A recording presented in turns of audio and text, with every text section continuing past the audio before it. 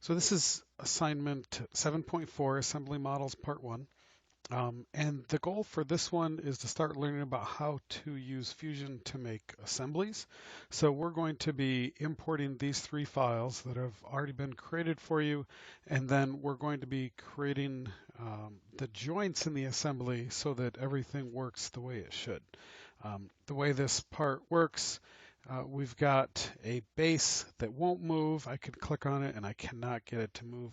We also have a wedge that, if you notice, these two parts are slanted, and so if this part were to move to the right, if the wedge moved to the right, it would slide down this slope, and so that would allow this to go, the top surface of the wedge to go up and down. And what causes that to happen is turning the screw here. So if you turn the screw, the threads on the screw will bring the wedge closer. If you turn it the other direction, it'll push the wedge up. And then, of course, you can't pull it too far down or it would run into the backside of the base. So that's going to be the goal for this part. The first thing that we need to do is import those three parts. So if you go down in the assignment, here's where we can download the parts. So click on each of those parts and download them. Click on the wedge, download the wedge, and then the wedge screw. So once you have those three parts all downloaded, you'll go over to Fusion, and before you open them, the first thing you need to do is go into your IED practice that you've made for this. And I've noticed a lot of people's files are starting to get pretty disorganized. We want to start using some folders to organize those. I don't want you to use a folder named folder. Create a new folder, and this is the jack lift. So create jack lift, double click on the jack lift folder, and then click upload. And now you can drop your files here, or you can select them. Notice it's going to put them in IED practice jack lift. So I'm going to select my files. They're in my downloads folder. If you're not sure where that is, you should be able to find it on the left side. Right here in your favorites, you should be able to go to downloads, and then you should be able to see those three files. Click open and then upload. It'll take it a minute or two to upload those. All right, so once that's done, click close.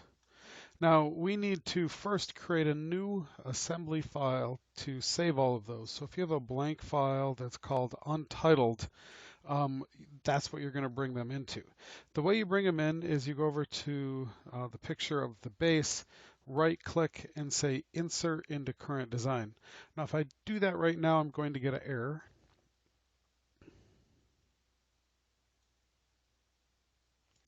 It says please save this design before inserting components. You have to have a saved file in order to be able to insert components. So I'll click save. I'm going to call this my jack lift assembly. And now you can see I've got a fourth file. I can right click on the base, insert into the current design. And there it is. Notice I can move it on the screen right now, but if I just click OK, it'll place it right there. Now I can also move it and rotate it and things on the screen, but I want this to be as if it's set on the ground and unable to move. So I'm going to come up here to my browser, right click on the icon for the base, and click ground. All right, some components have moved. You can just click continue for that. It doesn't matter. You could click capture position. That's not a big deal either way. Notice there's a very, very small red pin on the component, and if I click on it now, I can't move it if I'm left clicking. I can still rotate. I can still move on my screen and zoom in and out, but I cannot actually move this part away from where it's at. That's good. I save because that's a good thing. And the next part that we're going to add to this is the wedge. So I'm going to right click on the wedge, insert into current design. Now this one I'm going to move, I'm going to click on this arrow and just drag it out of the way so that I can see everything, and then click OK. I'm also going to add the wedge screw by insert that into current design. And I'm also going to move that just so that I can see everything and they're not in the way of each other, and click OK. It really doesn't matter where you put them. So the first thing that I want to do is add a joint so that this wedge and the base, the parts of them that are supposed to touch will stay touching each other. So escape a couple times to make sure I don't have anything selected. And then under assembly, you can click assembly joint, you can click the J, or you can click right here. And so notice the base turned gray. I can't select the base because the base is not able to move. It's grounded, it's locked into place. So what I'm going to do is rotate so I can see the bottom of the wedge, and I need to click somewhere on the surface of the wedge. Notice it keeps snapping to these things. If you get too close to the edge, it might click the edges or the wrong surfaces. So you have to click on the surface that you want. I think the best place to click would be right here and move close to, but not all the way to the front center, because that's going to allow me to kind of line that up with the base. So I'm going to go close to it. I'm going to wait till it snaps to the very front and click on it. That turns gray because I can't select the same part again. And then I'm going to come over here and select the corresponding part right there. Now notice that locked them together. If I click the little animate button, they both move together all the time. I actually want to allow it to slide. So I'm going to change that from a rigid to a planar, and that will just allow them to slide one on top of the other. But those two surfaces, if I animate it again, those two surfaces are going to stay locked together. So that's the first rule that I set up, is those two surfaces have to stay together. I'll click OK. Don't worry about the fact that it's not lined up in the right direction.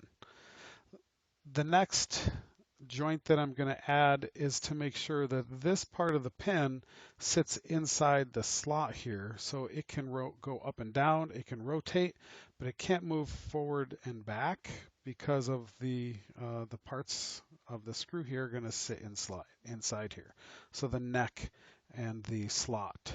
So I'm going to move the screw to the base by clicking joint. Again, the base, notice I can't pick that. Now this time I could go ahead and leave this on planar, but that's not what I want. What I really want is a pin in a slot. A pin slot will allow it to rotate and move up and down, but it won't allow it to move in other directions. So I'm going to choose the neck, and then I'm going to choose the cylindrical surface on the bottom of the slot on the base. And notice that it's allowing it to slide that direction. That's the wrong direction to slide. So I can come over here, change the x-axis to y-axis, and that will allow it to move up and down. And notice how the screw can rotate while it's moving up and down, but it can't move forward and back. There is one more problem with that though. If you look from the top, it's not quite in the right direction. So you need to find out where the right place is. So what I'm going to do is click on this arrow, drag it up close to the right spot, and then try to zoom in. Now that's not quite exactly right. It's a little too far at -20. So I'm going to change it to be a little smaller. I'm going to try -19 and see if that works. You may get a different number than I do, but you want something where you can see that the neck is fitting inside the slot.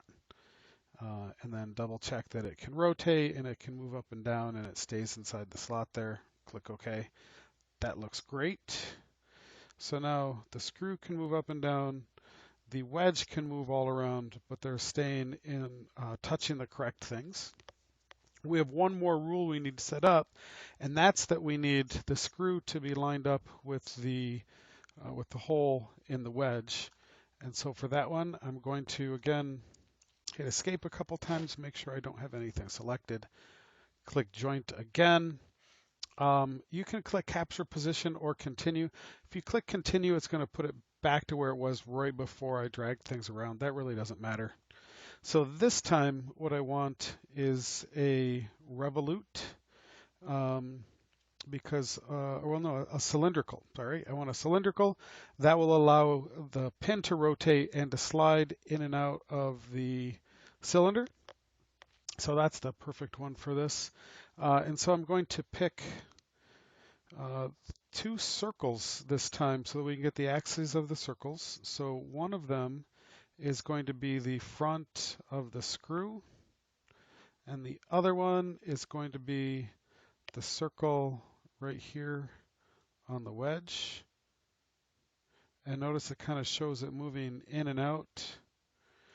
If I'd picked them in the other order, it would have moved the wedge over to the screw, which is actually what I want, but it doesn't hurt anything. As soon as I click OK, it's going to move everything back to where it should be. And notice now if I click on the slide the wedge, the screw moves up and down. If I move the screw up and down, the wedge moves in and out. The threads don't actually do anything, but if you do kind of try to twist on the screw, you know, that kind of like moves it up and down also. So that's looking really good. That's going to be the first step. And I'm going to go back to that home view and save it. All right.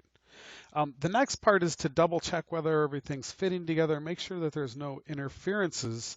And we also have an issue that this will allow things to slide through each other, which is not really okay. So first, I want to get this lined up with the front just for a couple minutes. So I'm going to make one more joint. I'm going to click continue. This time, I'm going to set up a planer. So I'm going to add another plane. I want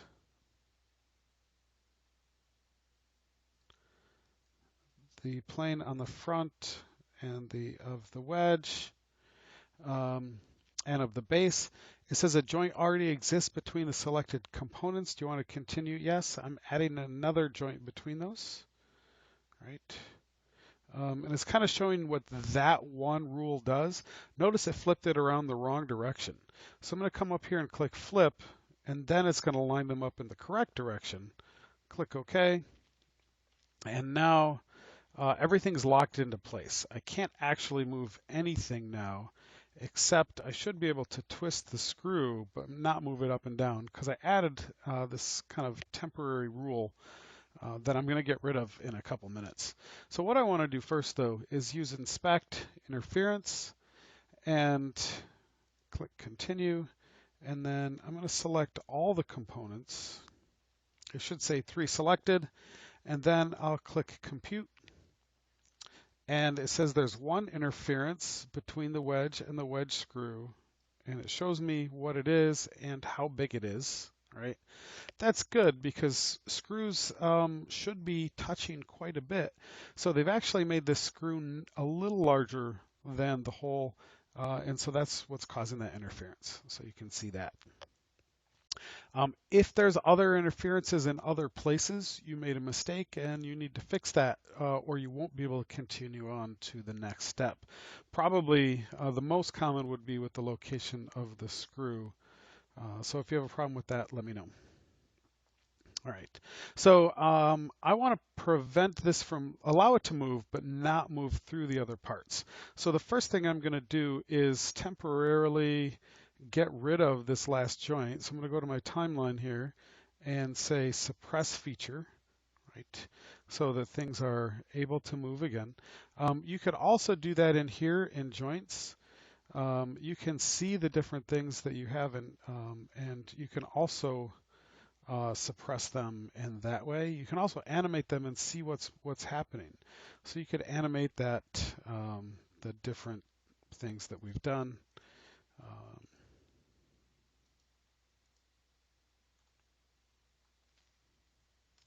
So the next thing that we want to do is first of all stop that from animating.